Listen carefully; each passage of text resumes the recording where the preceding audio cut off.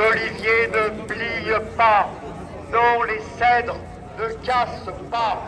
Nous appelons les citoyens à se porter plus que jamais aux côtés des peuples palestiniens et libanais pour le cessez-le-feu immédiat et permanent tant à Gaza qu'au Liban, l'arrêt des bombardements et des déplacements forcés de la population, l'arrêt de la livraison d'armes à Israël et de la coopération Europe-Israël, la protection du peuple palestinien à Gaza, en Cisjordanie, la protection du peuple libanais, des sanctions, enfin, contre l'État génocidaire.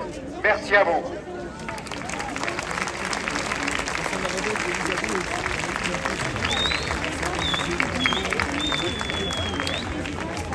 Bonjour à tous. Un an de génocide à Gaza a fait plus de 42 000 morts et des milliers de blessés. Au Liban, 2000 vies ont été fauchées et 1 million de personnes ont été déplacées sous les frappes israéliennes. Ils ont touché le sud du Liban, de Beka, la capitale Beyrouth et aujourd'hui Tripoli au nord du Liban. Nous sommes ici non seulement en soutien au peuple palestinien et libanais, mais aussi en tant qu'êtres humains, profondément bouleversés par l'injustice qui subissent ces populations. Ce sont des familles, des enfants, des personnes comme vous et moi, qui vivent une violence inacceptable sous le silence injustifiable du monde entier, comme s'ils n'avaient pas la même valeur qu'un autre être humain. Imaginez au Liban, l'occupation israélienne attend souvent le cœur de la nuit pour ordonner aux familles d'évacuer leur appartement juste quelques minutes avant de les bombarder.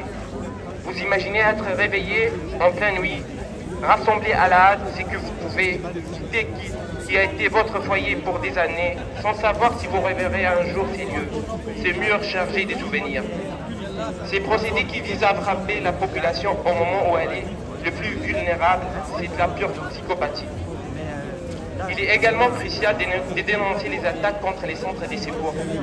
Des centres où des bénévoles se dévouent à Beyrouth, au sud du Liban et en Beka pour sauver des vies, qu'importe les risques. Récemment, des bombardements israéliens ont tué 6 secouristes et ont blessé 7 autres.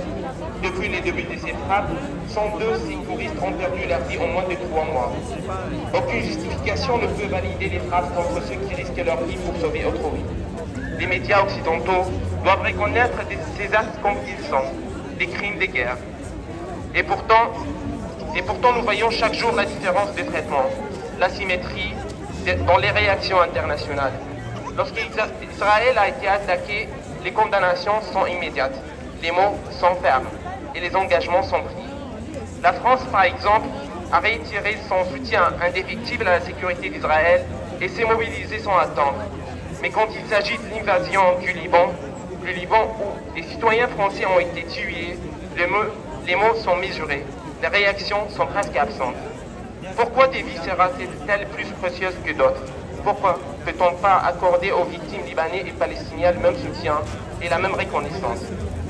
Il est de notre devoir d'être la voix de ceux qui ne peuvent plus parler, d'être juste et humain, et de ne pas laisser l'objectivité des médias de déshumaniser des peuples entiers. Le peuple libanais et palestinien mérite notre solidarité. Il mérite notre soutien, notre indignation et nos voix. Ces injustices, nous devons les dénoncer sans relâche. En Palestine, la situation est tout aussi désastreuse. À Gaza, en l'espace d'un an, plus de 900 000 familles ont été entièrement rayées des registres civils. Chaque membre tué par les frappes israéliennes. 1360 familles n'ont plus qu'une seule personne survivante. Et 3470 autres ont perdu presque tous leurs proches, ne comptant que 2 membres encore en vie. Ces chiffres sont vertueux.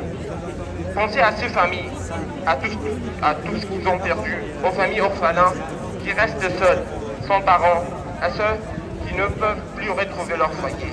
Et cela continue. Il y a 2 jours, des bombardements ont frappé un café populaire dans les camps de Toul-Karem en Cisjordanie occupée, tuant 21 personnes. Un café où les gens viennent chercher un peu de normalité dans les contextes de guerre. 21 vies fauchées dans un instant de terreur. Ces violences sont tout simplement insupportables et elles doivent être dénoncées avec le plus grande fermeté. Nous ne pouvons pas rester silencieux face à ces injustices. Nous devons rester en lumière dans l'obscurité. Ces peuples ont besoin de nous, de notre soutien et de notre voix. Chaque action, chaque mot compte. Ensemble, faisons en sorte que ces voix qui ont été réduites au silence puissent être entendues à travers nous. Merci à vous tous.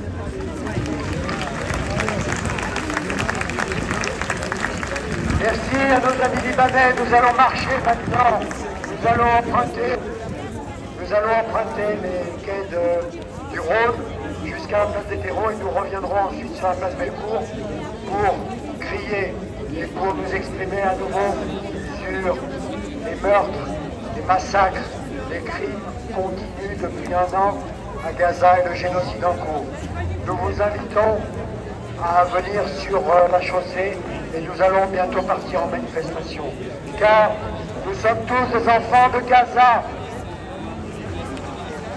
Nous sommes tous des enfants du Liban. Nous sommes des enfants de Gaza. Nous sommes tous des enfants du Liban. Nous sommes tous des enfants de Gaza. Nous sommes tous des enfants du Liban. Nous sommes tous des enfants du Liban. Nous sommes tous des enfants de Gaza. Nous sommes tous des enfants de Gaza. Nous sommes tous des enfants du Liban. Nous sommes tous des enfants du Liban. Nous sommes tous des enfants de Gaza. Nous sommes tous des enfants de Gaza. Nous sommes tous des enfants du Liban. Nous sommes tous des enfants de Gaza. Nous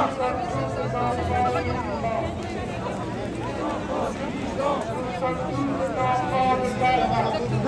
tous des enfants de Gaza. Nous sommes tous des enfants du Liban. Nous sommes tous des enfants du Liban. Nous sommes tous des enfants de Gaza. Nous sommes tous des enfants du Liban. Nous sommes tous des enfants de Gaza. Nous sommes tous des enfants du Liban. Nous sommes tous des enfants de Gaza. Nous sommes tous des enfants du Liban. Nous sommes tous des enfants de Gaza. Nous sommes